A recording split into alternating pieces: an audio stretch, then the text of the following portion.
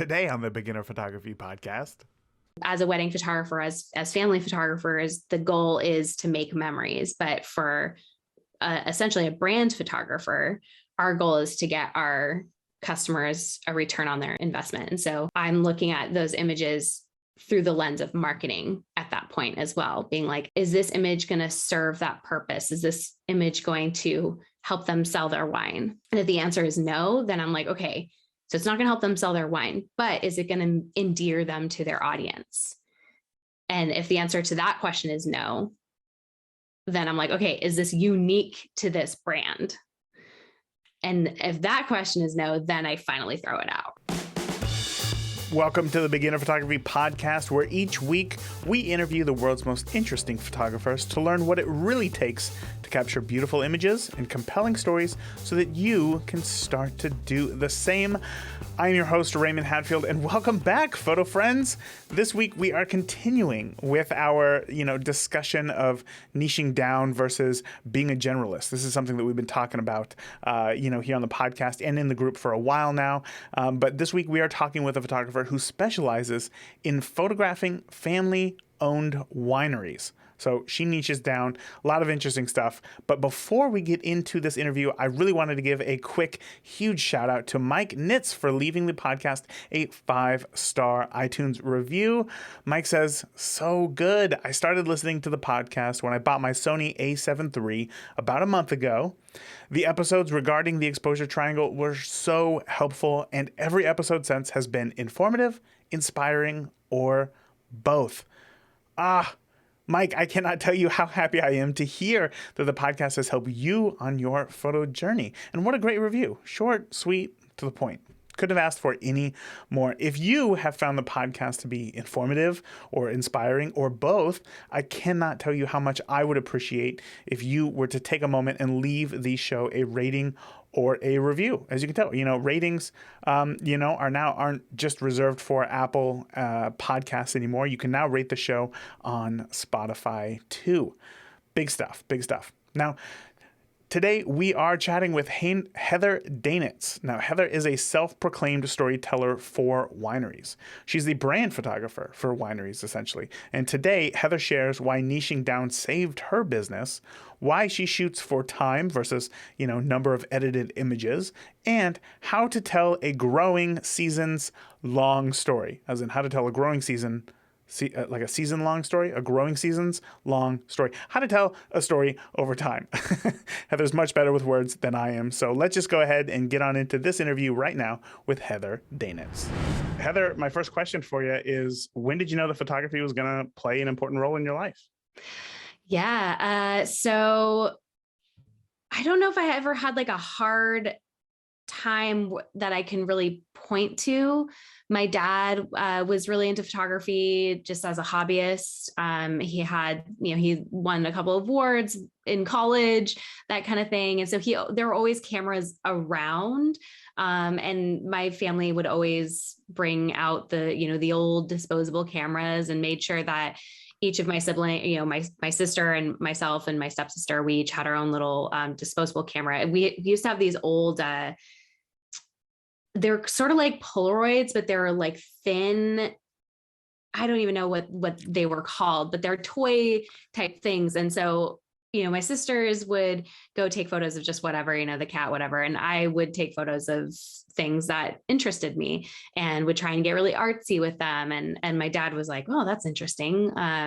Let's give her a digital camera and see what she does with that. And so, he had, I don't know, this was like a million years ago. So a Canon, whatever, 40D or something, or 50D, okay. Like, yeah, I don't know. It was a long time ago. So he had this camera and I would go out and he would hand it over to me. We'd go like kayaking or something, take photos of everything and birds and boats and things. And it was just really fun. And so when I got into high school, we had to do a senior project. And I chose to do photography as my senior project. So we had to do the physical aspect of it. So we had to intern for someone. And so my dad had a photographer friend who was a commercial photographer, product photographer, and he let me come in and use his studio space to take photos of my friends and to just do whatever I felt like, think whatever I wanted to learn about and do. And he would guide me through the process. And then my paper was on how photography affects society. And that was a really fascinating introduction into photography and diving deep into it and taking it a little bit more seriously. So when I got into college, the early days of college, I wanted to be a photojournalist. Like basically the idea was I wanted to work for a fashion magazine, but like do more hard hitting topics. I don't know. Like I wanted to be a mix of Annie Leibovitz and then Kate Hudson's character from How to Lose a Guy in 10 Days. Like I wanted to work for I wanted to work for Vanity Fair. Mm-hmm. And so I was like, all right, we're going to do this, and went to, JC and did, the usual intro to photography classes, like did, what was it? Was in the dark room for the first semester and then did digital photography for the second semester and kind of got into it. And I was like, yeah, this is great, but I don't know. I don't know if this is what I want to do as a profession anymore. And then that's kind of how I got into the wine industry, is sort of from there, as I took like a hard left turn and got into science. So I want to know, when you're in high school, I remember those days. I remember coming up with our senior project. What was it, again, about photography that made you think like, I'm going to choose photography over literally anything else? I think that it was a pretty open-ended, idea. You could write about whatever you wanted to. What was it about photography that you thought, I'm going to explore this a little deeper than just taking snapshots of family and friends? I don't really know. I don't have a good answer for that at all. You just felt it.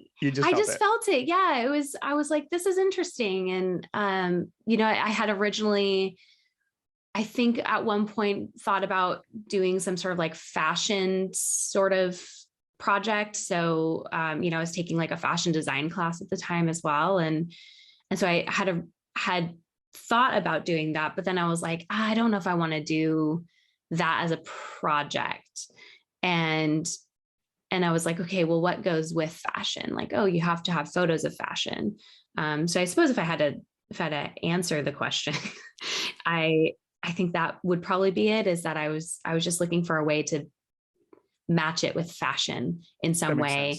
And that was really what led me into this sort of photojournalistic style, was wanting to capture people being themselves, just doing what they do when I'm not around, with my camera pointing in their faces. So yeah, I suppose that's the answer. So come time to go to junior college, you're taking these classes. Yeah. At some point you decide, nope, this isn't for me. Mm-hmm. Was it something technical? Was it just the way that, what was it that made you change career paths out of photography? Yeah. So I grew up in Los Angeles. And so I was going to a junior college in the LA County area, and people in LA, artists in LA are incredibly competitive in a way that at the time felt really toxic to me. And, we would take our work into our group classes, and my classmates would tear my work apart, and it wasn't constructive. Like some of it was constructive feedback, right? But some of it was just like them, just shitting on my work. And I was like, I don't like this. I'm very much a collaborative person. And on the Enneagram, I'm the enthusiast. I'm a 7. And so I just like to support people, and I like to be excited about things. And so when people aren't sort of reciprocating that, it feels toxic and wrong. Mm-hmm. And it just didn't feel good. It doesn't feel good to have somebody kind of pick apart your work with art being so subjective. It's just didn't feel good. Right. And so I wanted to enter into an industry that was a little bit more collaborative, that felt a little bit more community driven. and wine fit the bill perfectly. So you decide to go into wine. Yeah. You're doing that for a few months, a number of years before you decide to pick up the camera again. What was that transition like? Yeah, it was about 10 years. So I started studying wine in 2008, late 2008 and early 2009, and ended up getting my degree from Oregon State University in viticulture and enology, which is the science of grape growing and winemaking. And I had worked several years in the wine industry at that point. So I had worked for a tasting room. I had worked in vineyards. I'd worked in cellars. And when I got my degree, the intention was to become a vineyard manager. So naturally, I went and started looking for jobs working for a vineyard management company and got hired at a local one here in the Santa Ynez Valley. And when I was working for them, they're like, hey, yeah, in between all of your other duties, because I was working for like 3 different departments for this company. It's a huge vineyard management company. They manage, I think, about 80 vineyards in the Santa Ynez Valley. Yeah, it's a lot, big and small. And so I was doing a little bit of everything. I was working in grape sales. I was working with the pest management department. I was working with the vit tech department. So I would go out and download weather station data and compile that into reports. And then I was also doing compliance. And so I was doing a little bit of everything. And they're like, hey, yeah, Heather, in between all of your other duties, could you start a social media account for us? And I was like, yeah, why not? That sounds like a lot of fun. That sounds something new and different, whatever. And I thought, and I was like, okay, well, what's the purpose? Like, what's the point of having a social media account? And they're like, well, nobody knows what a vineyard management company does. And we want to share that with the world. And so I was like, okay, well, how best can I accomplish that? Oh, with Instagram. That seems the most logical social media platform for this purpose. And so I was like, well, if I'm going to do this, I'm going to do it right. So I picked up my old camera, dusted it off. It was, I think at this point I was on the Canon 60D or something, this old thing with a little stock lens on it. And I would take it out with me on my rounds. I would start photographing the vines at their various stage of development. I would photograph the farm workers doing the amazing hard work that they do every single day. And I would photograph just whatever was going on. I'd photograph the hawks, the nature that was happening in the vineyard. And I would talk about it, whatever, I'd put those photos up on Instagram and I would tell people what was going on, give them context for it. And we started growing pretty quickly and people started getting interested in what I was doing. My supervisor came to me one day and he's like, people are noticing us now. And he's like, people are complimenting the social media and they're loving the photos and people want to work with you. And I was like, oh, that's interesting. Like, I didn't ever think of that as a career, in the wine industry. And eventually I started, this was 2017 that I started working for them. So in when was it? Like about 2018, I had a friend, having worked in the wine industry, you make friends with winemakers. And one of my winemaker friends came to me and she's like, hey, I'm having an article written about me by this wine blogger. I don't have any photos to use for that. And I know, she's like, you have a camera. Could you take, that whole line where your friend's like, you have a camera. Can you take some photos of me? Yeah. And I was like, yeah, that sounds great. What would be better than hanging out with one of my really good friends, one of my most awesome, talented friends, and take photos of her. And I'm like, great, let's do it. And so got into the winery, took some photos for her, had a whole bunch of fun doing it, and then sent those photos off to this wine blogger. And he came back to me and he was like, these photos are awesome. I'm doing all these articles for these other local winemakers. Can you can you also photograph them? And I was like, yeah, totally. At this point I was just learning and I was just having a good time doing it. So I wasn't charging anybody. I was just like doing it for fun. I also had a non-compete clause with the company I was working for. Yeah. So there was that. There's the legal aspect of it as well. And, and so I started photographing for my friends and for all these awesome winemakers, and people started noticing. And eventually I went to my supervisor, that I went to the HR department. I also went to the CFO of the company, who was my mentor. And I was like, hey, I'm having a lot of fun doing this. I would love to make this a side hustle. How can we make this work so it doesn't violate this non-compete clause that we have? And they're like, okay, well, I think, since your job title is technically in-house photographer, maybe what we can have you do is like have it be like a consulting thing. So the winemakers would pay us and then we would pay you. So basically it was sort of like a roundabout way of doing that. And that was, towards the end of 2018. And I was like, yeah, okay. It sounds complicated, but yeah, like anything to keep doing what I want to do. And then like a month or so later, my mentor came to me, and again, she's the CFO of that company. And she was like, hey, listen, you've got something here. This is a really cool thing that you're doing. And I don't want you to feel stopped by this company. Like, I don't want you to feel stifled by it. You could do some really cool stuff.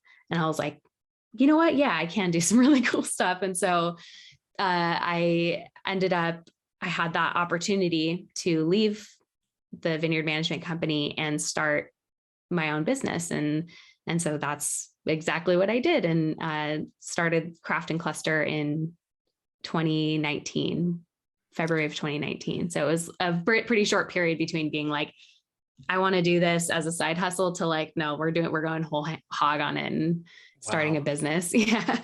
Oh my gosh, that has got to be terrifying as somebody who didn't go to school for business, didn't even go to school for photography, just like, well, I guess, in junior college, but it's like you already were in this path of, in the wine industry, of helping and doing marketing for wineries. And now you have to do this entirely new thing. And that has got to feel like really good, right? And I, one of the questions that I think about often is that there's kind of two schools of thought. It's like you either become the jack of all trades so that you don't get burnt out, or you niche down and become known for that thing.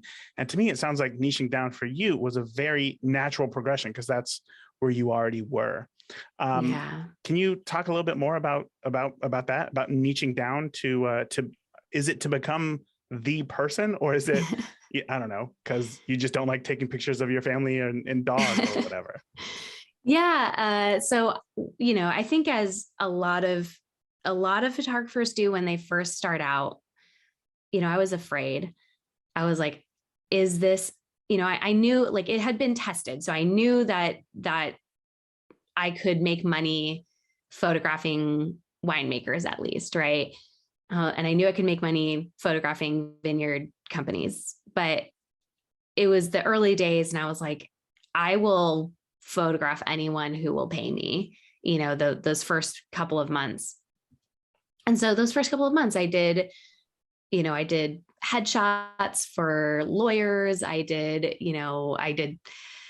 some family sessions. I photographed a couple of weddings as a second photographer. Wow. And just did it all. Yeah. And I found that I wasn't happy doing all of those things. And I found that I wasn't growing as quickly as I wanted to. I knew I had the potential to do something really cool here. And I was just like, I felt like I was frittering it away by doing everything, And so I had to make that hard decision. Is about, say like 3 or 4 months into this business.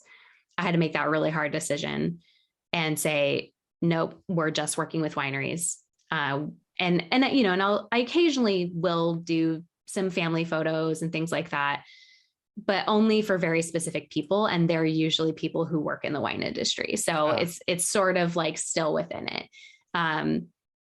But yeah. And so I found that it was much easier to market myself by posting photos of vineyards and wineries. And so those first few months, is me posting like the same, photos from like the same 4 sessions that I had done back when I was working for the vineyard management company. Right. And it was a lot of me like driving around Santa Barbara County and just like stopping outside of vineyards and photographing vineyards and posting those photos, and then reaching out to winemakers and being like, hi, hello. Do you have a wine writer that's writing an article about you? How long has it been since you've updated your headshot? And most of them are like, oh yeah, it's been 6, it's been like 6 years since like I look like a little baby face. So like, maybe we should update to my more rugged appearance. And so it was a lot of kind of legwork doing that. And I found it was so much easier. And I think that's what people need to know when they're getting into photography, right? Is it's going to be tempting to be like, anyone who will hire me, anyone who will pay me money, I will photograph you. But it's so much easier to find the thing that you love. And sometimes, I mean, I was fortunate in that I already had tested this, and I knew that I loved photographing wineries and winemakers and vineyard people. But sometimes it does take being, a jack of all trades to hone in on the one thing that you really, really enjoy. And so I think if anybody is like not really sure what that one thing is, I would encourage them to go look in any photos that they've saved on Instagram or Pinterest or or even the photos that they're maybe posting on their own social media platforms for fun, and try and find the things that are popping up most often. And it's like, if you're photographing babies a bunch, or if you're saving a bunch of baby photos, maybe you're a newborn photographer, right? If you're saving a bunch of photos from other wine or other wedding photographers or elopement photographers or something, then maybe that's your niche, and maybe if you find yourself photographing a lot of products, even, you're like, man, I love photographing shoes, or like, I love photographing lifestyle or people running or fitness or whatever, then maybe those are the things that you should be niching down to. And once you do that, you can get really, really clear on who you're trying to serve, who you're trying to help. And it just makes it so much easier for you to market yourself. And soon enough, the floodgates will open and all these people will start taking notice of you. So. Hey, Raymond here, and we are going to get back to today's show in just a moment. One comment that I hear often from new photographers is that they want to use their photography to give back by charging affordable prices. Now, I love the nobility of the Beginner Photography podcast community for that. But quickly, I see those same photographers saying, that they feel burnt out in photography just a few months later. How can you give back when you yourself are burnt out? You can't. Now, photography is not a necessity, and therefore, by definition, photography is a luxury. When you realize that and you start charging and bringing in more money consistently, well, imagine how much more of an impact you can make on your community. Let me show you the step-by-step roadmap, absolutely free. This is how I can help make an impact. You can head over to firstphotoclient.com and download my free guide that has everything that you need to start charging for your work and get your first photo client. Now, again, that is firstphotoclient.com. Start making an impact by this weekend. Now, let's get back to today's interview.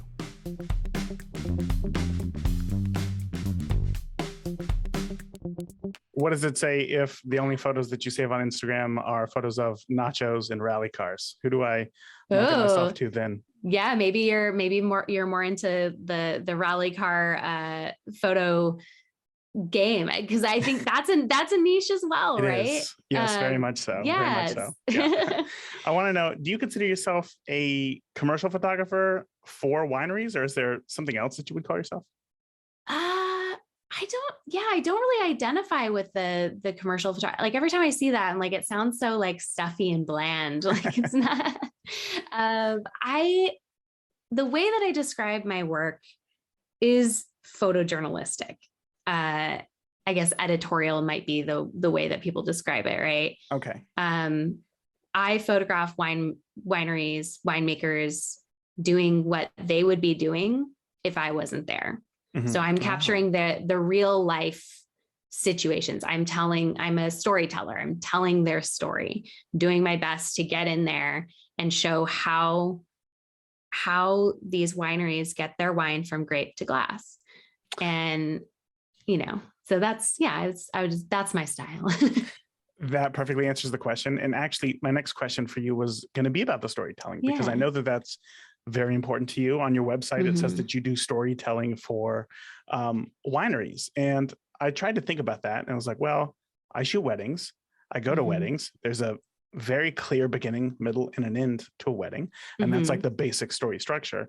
And what does that look like for wineries? What does a beginning, middle, and end look like for a winery? But I think you just said from grape to glass. But is this something that like you photograph all that in one day? Is this a longer project? How does that work?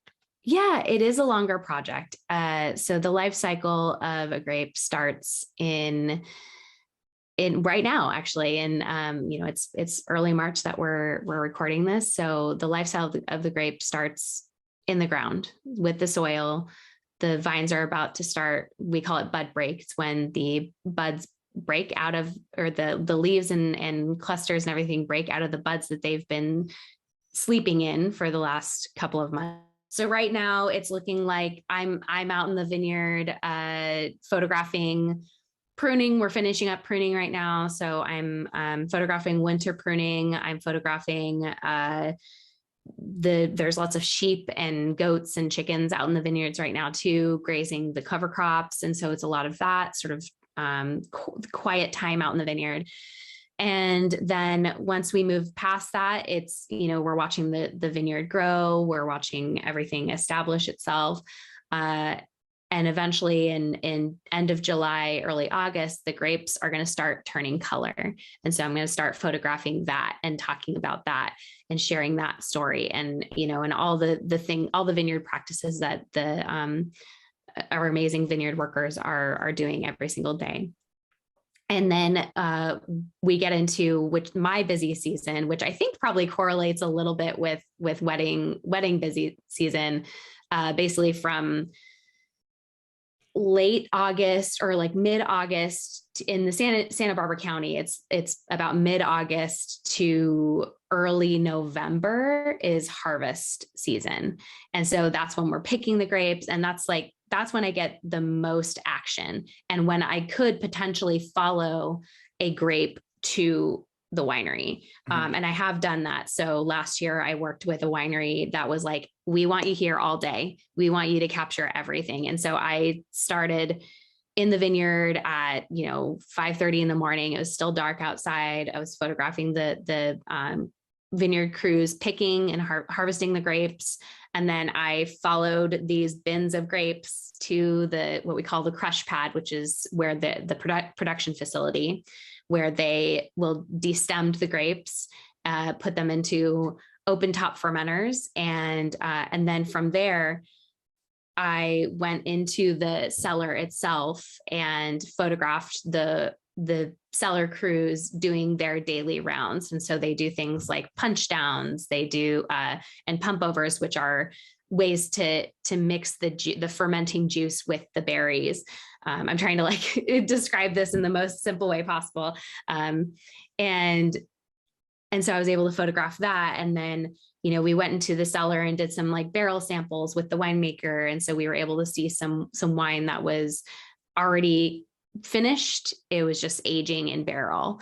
And then from there, we went into the tasting room and I photographed guests enjoying the wine in the glass and things like that. So that was the perfect example of literally going from grape to glass and capturing that story.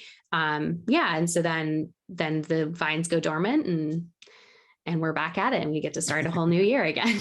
Right. Yeah. So then I want to know more about that process for, I guess what I want to know is when you show up, right? Or I'm sorry, let's step back even further. When a winery contacts you or reaches out to you and they say, yes, we want you to shoot for us. Yes. What's that next step? Is it some sort of planning process on what their story is and what photos need to be captured? Yes. Yeah. So I always start off with one, what is the purpose? Like, what are you after right now? If they're reaching out to me right now, they're probably looking for more lifestyle type sessions. This is tends to be when I do less in the winery and vineyard and more in the tasting room, or, in someone's home photographing, wine and food together. And so they'll reach out to me and say, hey, yeah, we're looking for this type of session, or like, we're looking to convey this. These images are going to be used for our our upcoming wine club shipment. And so we want to share those also on social media, and we want to, the goal. And so I'm always asking, because I'm both a marketer and a photographer, my goal is always to ask the client, like, what do you want? How can these images facilitate your business goals? So what are your business goals? And they'll say, yeah, we're trying to serve our wine club members, or we want to sell more bottles, or we're trying to create more brand awareness. We're trying to tell people our story. And so whenever they tell me one of those three questions, I'm like, okay, so then the next step would be to be like, okay, well, what are you envisioning? Like, what triggered you to reach out to me versus someone else? And they'll be like, oh, we love this aspect of your work. Oh, we love seeing, what I call the bottles in the wild. So these are wine bottles that are out in the world being enjoyed in a more lifestyle type setting. I'm like, okay, great. Cool. So that's what you're after. So you're wanting to serve your wine club members, and you're wanting to show off more lifestyle stuff. Great. Okay. So then the next step would be like, all right, so are you wanting to show smiling faces, enjoying wine, laughing and socializing? Are you wanting to show food pairing ideas, whatever. And so we'll hone it down even more. And then we'll come up with a shot list, and we'll say, okay, so now we want to create X, Y, and Z. And I'll create like a Pinterest board that sort of gives the vibes that we're after. I'm like, okay, so if this winery is, what I always ask them, if they don't have a brand kit, I'll kind of guide them into what I'm looking for, what I need to properly do my job. I'm like, okay, what's your brand voice? Are you a little bit more serious? Are you sarcastic? Are you a little bit more playful? Are you friendly, endearing? Like, what are those qualities? And so they'll tell me that, and I'll create an inspiration board that reflects that.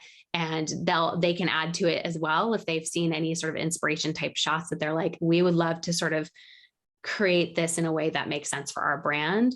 They'll put that in there. And so then we have our shot list, we have our inspiration board, and then it's shoot day. And I always have a lot of fun on my shoots. I try not to take it too seriously. I know that there are some photographers who will go out and they are just very like straight faced, and there's nothing wrong with that, but it's, for me, if it's not fun, it's not worth doing. So I'm like, I know I'm going to go have fun with my clients and tease my clients, and we're going to have a bunch of fun. It's going to be great. And yeah, so we get our shots done, and I edit I have like a specific style. So I try and keep things as true to how I remember it as possible, but like elevate it a little bit. So maybe a little bit more vibrant if that's what the brand is after. Like if the brand is a little bit more fun and exciting and, young and hip, whatever, our colors are going to be a lot more bright and vibrant. And, the light is going to be a little bit more intense and loud, like we'll use harsh light in that kind of situation. If the brand is a little bit more serious and kind of moody and sarcastic, we'll set ourselves up in sort of a darker area, and we'll soften the light a little bit, and we'll make it a little bit more dark and mysterious, and so we'll do that. And so it all depends on the brand. Like you can tell a photo has been captured by me because I have a general style that I stick with, but I work towards what the brand's attitude is, what their mood is, what they're after, their personality. Well, you already pre-answered my next question, which is, if a winery said that their brand voice is more sarcastic than it is playful, how does that dictate, the images that you shoot? But I think, as you just mentioned there, you don't change who you are as a photographer. It's just the elements that you use to photograph, which would change in this case, lighting and, different specific backgrounds and whatnot. So that makes a lot of sense. So you had this consultation with the winery, you came up with a shot list, and you go out there. But you also said that you like to have fun. So I want to know, what is the split, but how close to you are shooting the photos on your shot list versus being open and reactionary to whatever's happening in front of you? It's both. So the shot list is more of a guide, it's not really like, we don't stick to it too closely. A question I like to ask my clients when we start, especially just to sort of like kick off the shot list, is like, if something terrible, like I always preface it, I'm like, nothing terrible is going to happen. I was like, but if something terrible were to happen and I were to lose every single photo except 5, what 5 would you hope were saved? And that sort of helps to focus their mind a little bit and be like, okay, these are the priorities. So we have to get this, we have to get this, we have to get this, whatever. And then anything beyond that is just whatever comes to us in the moment, because the shot list may shift or change based off of, if we have models available, or if we're working with the winemaker, it's that shot list is going to be dictated by what they're up to in the winery. Right. And so like, the person I'm talking to, if it's a creative director or if it's the winemaker themselves, sometimes it's super tiny wineries and the winemaker is wearing all the hats.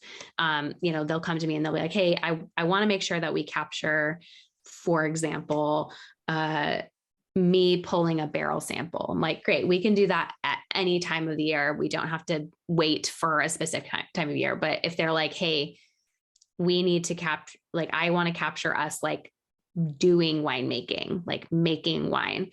I'm like, okay, well, we're going to have to wait for a certain time of year. We're going to have to wait for harvest to capture that. And so when we get into harvest, it's sort of like every man for himself. And during harvest, it's chaos. And sometimes the shot list that you had in your head is going to have to change a little bit because of situations, I'll take one client that I had last harvest, for example. We wanted to capture night harvest photos. And so we wanted to capture the grapes actually being picked off the vine, which typically happens when it's dark, because it's cooler. You want to harvest your grapes when it's cool, because otherwise you're going to have elevated sugars or falsely elevated sugars in your grapes. And so it just, and it's also has to do with the amount of energy it takes to cool those grapes back down. Cause you want to start with cold grapes, cold juice, so that you can control the fermentation a little bit. If it's too warm, the fermentation can kick off at the wrong time. Yes. It could maybe not complete fermentation. There's all kinds of stuff that goes with it. So anyway, so we're harvesting, they're like, we want to capture the grapes actually being picked. And I've learned from experience that you really only need like 30 minutes of picking like night harvest photos before they all start looking exactly the same. And so I communicated that. I was like, listen, get me out there at 5:30. when it's still dark, so we can capture the grapes being picked. And, but then we can also capture the sunrise in the vineyard. And so we can do that kind of thing. And then I can follow the grapes to the winery and we can capture sort of all of your other stuff. What happened on this day was the vineyard crews were so awesome and they finished so quickly and they had, of course, the vineyard crews, they didn't know that a photographer was going to be coming. Sure. And so they weren't like sitting around twiddling their thumbs waiting for me. They're like, no, we're going to get in, we're going to get out, and we're going to go back home and go to sleep and rest because we've been working super hard. So, and so when I showed up, the vineyard was complete. It was silent in the way that only vineyards that have no grapes left are silent. And so I called up my client. I was like, I think they finished picking, and they're like, shucks, like, dang it, we missed them. And they're like, that's okay. Just like come down to the winery and we'll just, like when the sun comes up, we'll get some like nice landscape photos of the sun rising over the vineyard, which is always beautiful, grapes or no grapes. Yes. And then we can capture like the processing of the grapes. And I was like, great, so I went and like took a nap in my car for, an hour, and then like got up and got the sunrise and then went and down and captured those. So that was an example of a situation where the shot list that we had in mind, which were these epic night harvest photos with like the light from the tractor shining down on these grapes and these amazing vineyard workers picking and as fast as they can and all this stuff. So all of that, we weren't able to capture that last year. And so they were like, hey, that's fine. We'll bring you back out next year. We'll get it, and we'll get you a little bit earlier. Cause this was sort of a last minute photo shoot that happened. And which happens occasionally. And so now we have a plan for next year, this year, which is great. But yeah, it was kind of an example of, you just have to be as flexible as you possibly can. You can't, especially in something like wine, like my lifestyle sessions, we can follow the shot list pretty closely, but anything beyond that, I'm like, no, we're going to capture what's really happening. And we'll have a guiding list in our brain to sort of be like, okay, we really want to make sure we capture this. But really, a lot of the times the shot list is more feeling versus specific shots. So we want to convey this feeling, or we want to make sure that we're capturing our winemaker in their element. And I was like, well, what does that mean? That can mean anything, right? Of course. And so my job is to come on site and just watch them. And so a lot of times, I've been in this industry for over 10 years now. And I've worked most of that time in Santa Barbara wine country. And it's a very close-knit community, kind of going back to that, where I didn't like the competition, but I loved the community. The wine industry it's a very close-knit community. Everybody helps everybody. And so everybody also knows everybody, which can be a little bit incestuous sometimes. It's like, we sort of know everybody. If you don't know someone, you know of them. And so I often know my clients before I've photographed them, or I know them by reputation. So it's a pretty quick process of me like watching them and being like, okay, this is who you are when you're working. Great. Now we're going to capture that. Sometimes it's somebody brand new who I've never worked with a day in my life before. And so, or I've never like heard of their wine or whatever, or maybe they're a new winemaker. And so what I'll do is I'll go out and I'll taste their wine first. Or I'll just do as much internet research as I can. And then I like to show up a good 30 minutes before the shoot is due to start. And so sure. I'll just observe and see who they are. And I find that also helps kind of calm people down, because these are not people who are comfortable being photographed. They're very modest people for the most part. And so it's just getting them used to the idea of me being there. I get that. And that's got to be great, with it being such a close community, being able to essentially kind of already go in with a game plan before making anything official, right? Because that makes it look like you're a whole lot more efficient, of course, in your photography and the photos that you capture. So from a business perspective, what you do? Is this like are you like on a retainer? Is this like a contract thing? Is this like a season thing? I'll shoot your winery for a season, or is this, you know, you want me to come back out and photograph grapes, I'll come out and then that's it, the end. How does that work? Yeah. In the early days, it was a lot of kind of one and done sessions because I hadn't quite learned how to communicate effectively what I was offering and how I could be beneficial to them. But now these days, it's very much retainer work. So I set up, I have a couple different packages. I do have like single campaign packages, which people are welcome to do. And yeah, so I have a 1 hour session, and then I have a 3 hour session that are one-off. And then I have what I call my Magnum session, which is essentially a retainer. I call it a punch card. So they pay for 3 3-hour sessions, and they get a good rate, you know. So my standard, what I call my standard session, which is a single one-off 3-hour session, is $1,000. And then right now that's going up. It's $1,000 right now. But my Magnum session it works out to about $750 per session. But they pay for that all at once. And then they can use that all, you know, 3 months in a row. They could use that all one day if they wanted to. I had one client that was like, we're going to knock this out. We're going to do this all in one day. Yeah. And so I was like, you got it. Like this is how much it costs, you know? And then some people can do it like seasonally. So I have one client who I just wrapped up a whole year of capturing them last week. So they paid for 5 sessions total. And at that discounted rate. And we did a session in, when was it? It was like April or something of last year. And then we did another one in June, and then another one in August, and another one in October. And then we did another one just last week. And so we really captured every season of winemaking and vineyard work. And they're like, they just called me up and they're like, we're going to do this again. We really love that. And I was like, great. Yes. I love that idea. So yeah. So most of my clients these days choose the Magnum package, the punch card method. And we talk through it. I'm like, okay, so what are you hoping to accomplish?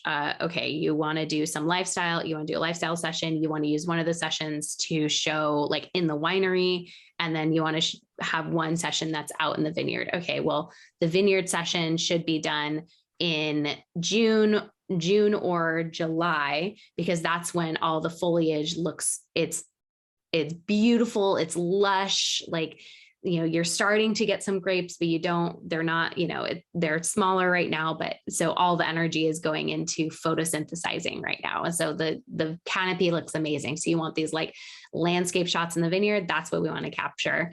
And then, you know, okay, you want some winery shots. So your best option for that is in the middle of harvest, because that's when we can get a nice wide variety of what's going on in the winery. And then lifestyle shots, whenever. That doesn't it doesn't really matter. Like we can do that whenever you want. And so and it's typically right now, since everything's pretty quiet in the vineyard, we typically do, and the winery, we typically do our lifestyle type sessions from like January to March-ish. So yeah, a little bit of both. And I think that broke it down perfectly, obviously, with a business like this, where the end product does take such a long time to produce. I think that's got to be the best way to do it, especially when you're working for another business. You know, things change. They want some updated photos. I love that. Yeah. I want to know, when it comes to these 3-hour sessions that you're doing, regardless of what it is, lifestyle, you know, being out in the field, harvest, you know, whatever it is, if you had to guess, how many images would you say that you take during each session, and then how many images are actually delivered? Yeah. So, okay, this is hysterical. So when I first started this business, I didn't charge by my time. I didn't charge by the hour. I actually charged, my packages were set up by image delivery. Oh, So, my smallest package was 10 images. My medium package was 25 images. And then my big package was 75 images. And what I found was I'm an under promiser, over deliverer. of course. Big time. I see no point. Like if I took 50 awesome photos in a session that we were supposed to capture 10, I see no point in not delivering those photos. And there were some times where my, I'm hearing like some other photographers being like, that's a terrible way to run your business. You should be making money off of those. I'm like, no, like this works for me. I love these people. They should have these images. What am I going to do with them? Right.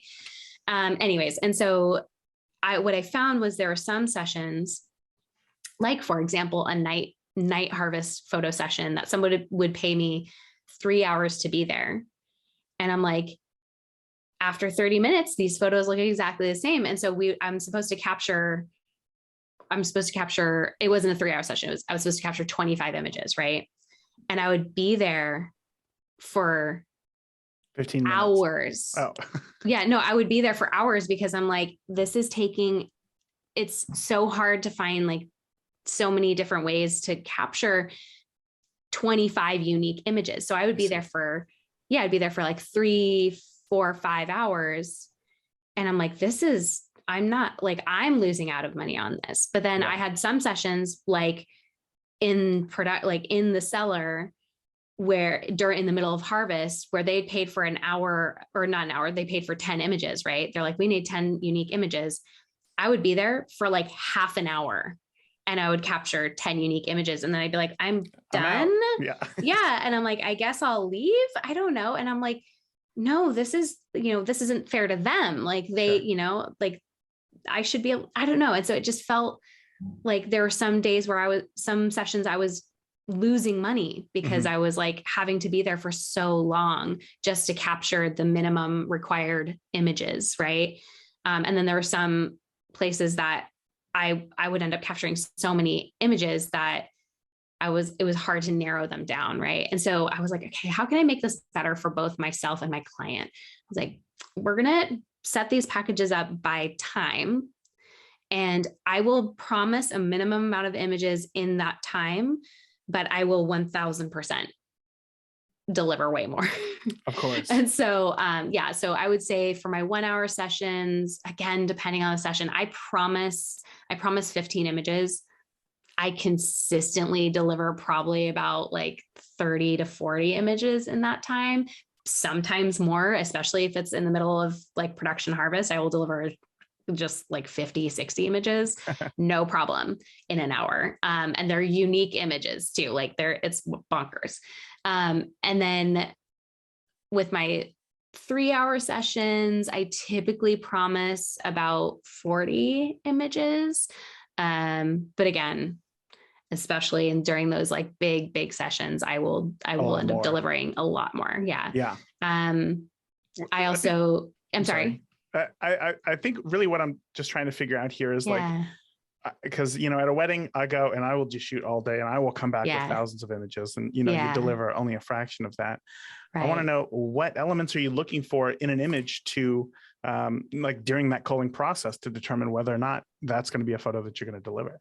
Totally. Yeah. So I'm trying to be a lot more intentional about my photos these days. Again, in the early days, I think like a lot of people, I would take the same image like 5 times and I go in like, and I go to Nicole and I'm like, these are exactly the same. Which one do I choose? So I like bring my husband in and I'm like, which babe, which one? And he's like, they're exactly the same. I'm like, they're not though.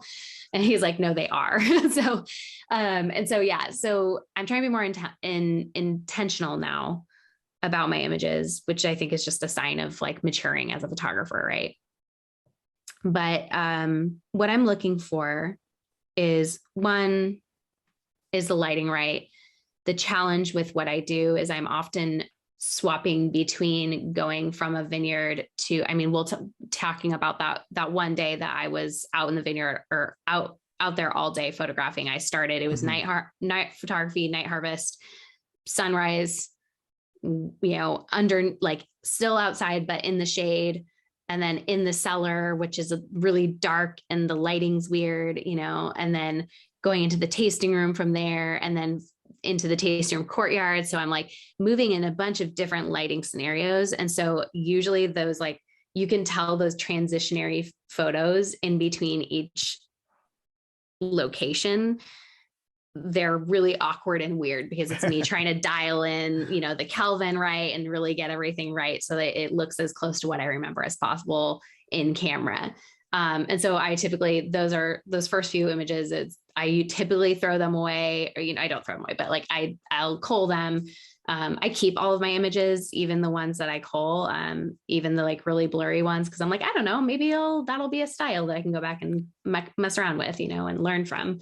But anyway, so those are typically the ones I'll cull, and then I'll put them in. I do like 3 separate culling processes. So I'll do my initial cull through like photo mechanic, just do a quick, like, that's blurry, that's blurry, that's blurry, that's blurry. And then what I culled, I'll do a second cull. So I'll be like, clearly I couldn't decide when I was doing my quick cull, I couldn't decide between 2 identical photos. And so then I'll stare at them for like a minute, and I'm like, okay, which one looks better? Like which one, if I want to have to, like, maybe is the horizon more level on this one? I don't know which one's telling a better story. And then I'll do that second cull. And then once I get it into Lightroom, I'll start doing my edits. And as I'm editing, I'll notice some photos that I'm like, this isn't quite, or like, I've already told this story, like this photo, I feel like I already edited like this similar type of photo, similar story that I'm trying to tell with this image, like 10 photos ago. And so I'll like kind of choose between those 2 images. And then, I'll go through and edit a little bit more. And then once I'll put them up in the gallery to deliver the images. And I'll do like one final walkthrough where I'm like, is this really necessary? Do they really need this image? Is this going to make it, am I overwhelming them with options? So the things that I'm looking for is the lighting okay? Is it, does it make sense for the brand? Some brands, that are a little bit more serious, they don't like cheersing photos. Sure. And so like, if for some reason a cheers sort of like snuck in there, I'm like, oh, they don't need that. So I'll cut that out. Right. As well as like, is this image going to serve their business? Is this going to get them an ROI? Right. As a wedding photographer, as family photographers, the goal is to make memories. But for essentially a brand photographer, our goal is to get our customers a return on their investment, our clients a return on their investment. And so I'm looking at those images through the lens of marketing at that point as well, being like, is this image going to serve that purpose? Is this image going to help them sell their wine?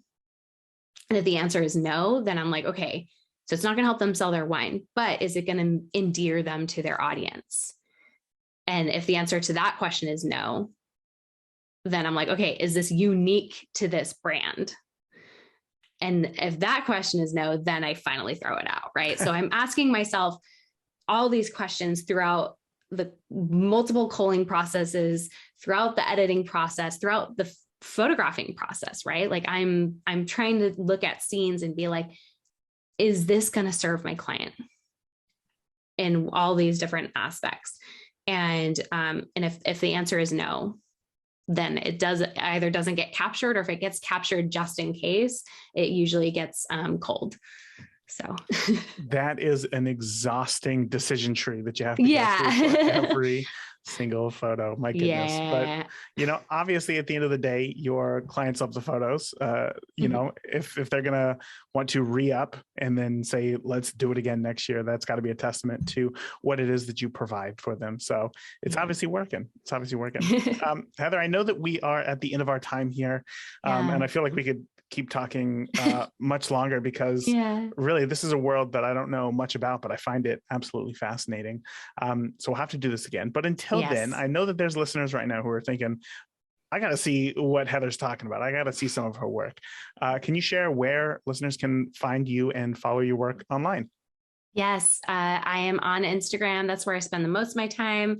at Craft and Cluster. You can check out some of my work on my website at craftandcluster.com. I mean, I'm on all social media platforms at Craft and Cluster. You can find me just about anywhere. I typically just spend the most time on Instagram. And I am going to be working on, this maybe doesn't quite apply to your audience, but I am working on creating a membership program for wine brands to learn how to market their wine on Instagram. But I feel like everything that I teach is transferable to any industry. So if if one of your listeners is having trouble with marketing themselves on Instagram, they're welcome to join this membership program. And we're going to walk through how every possible thing that you would need to know about how to market on Instagram. And that is, you can sign up for the wait list for that. It's not quite live yet, but you can sign up for the wait list for that at craftandcluster.com/course. Oh, I love that. My biggest takeaway from this was just that, I really love what Heather shared about shooting for time versus, a set amount of images. The only reason, she did that was to provide a better experience for her clients. It wasn't anything personal. I'm sure that she would rather get paid for, 3 hours of work that she could complete in just 30 minutes. But she didn't, because that would leave her client unserviced. So she made a change. That was such a big takeaway. If you do any client work, I would love to know, where could you make a change? I would love to challenge you with this. Where could you make a change that would directly benefit your clients? I would love to hear about your biggest takeaway in the Beginner Photography Podcast Facebook community. If you're not a part of it already, you can simply search Facebook for Beginner Photography Podcast, or there's a link on the homepage at beginnerphotographypodcast.com. Again, I hope to see you in there. So that is it for this week. Remember, the more that you shoot today, the better you will be tomorrow. Talk soon. Thank you for listening to the Beginner Photography Podcast. If you enjoy the show, consider leaving a review in iTunes. Keep shooting, and we'll see you next week.